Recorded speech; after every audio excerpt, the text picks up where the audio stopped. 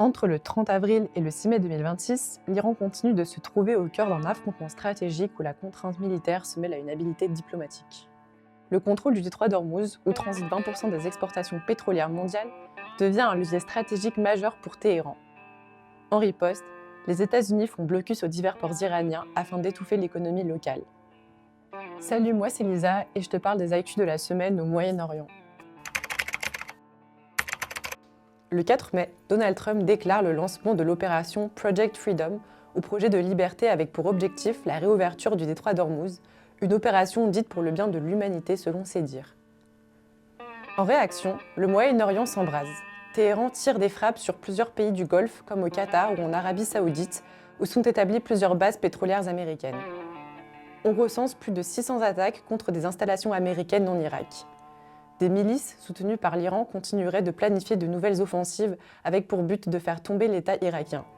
Face à cette situation, Washington exerce une forte pression sur les autorités irakiennes et sur le Premier ministre, Ali al-Zaidi, afin qu'il rompe clairement avec ces groupes armés. Finalement, le 6 mai, l'opération Project Freedom s'avorte après que plusieurs États comme le Pakistan plaident pour la voie diplomatique.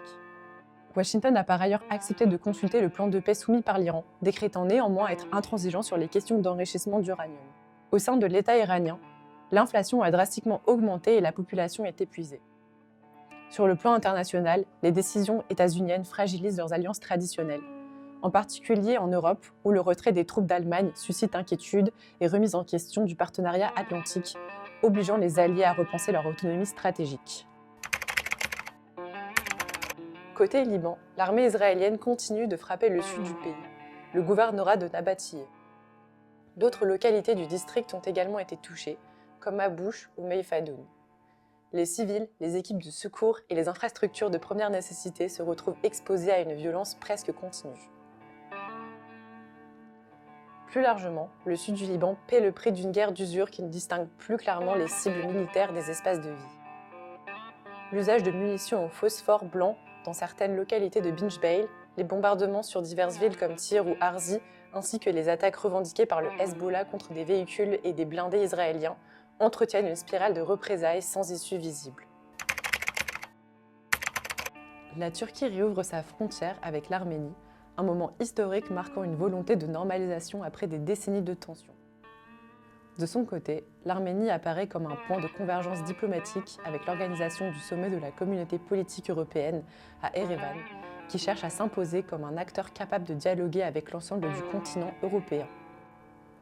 Ce choix traduit une volonté claire de rompre avec la dépendance héritée à l'égard de Moscou, devenue de moins en moins rassurante aux yeux d'une partie de la société arménienne. Ce repositionnement stratégique s'accompagne d'un soutien international accru qui renforce la crédibilité d'Erevan sur la scène diplomatique. À plus long terme, cette ouverture vers l'Europe peut offrir davantage de garanties de sécurité, de coopération économique et de stabilité pour une population qui aspire avant tout à la paix et à la continuité institutionnelle.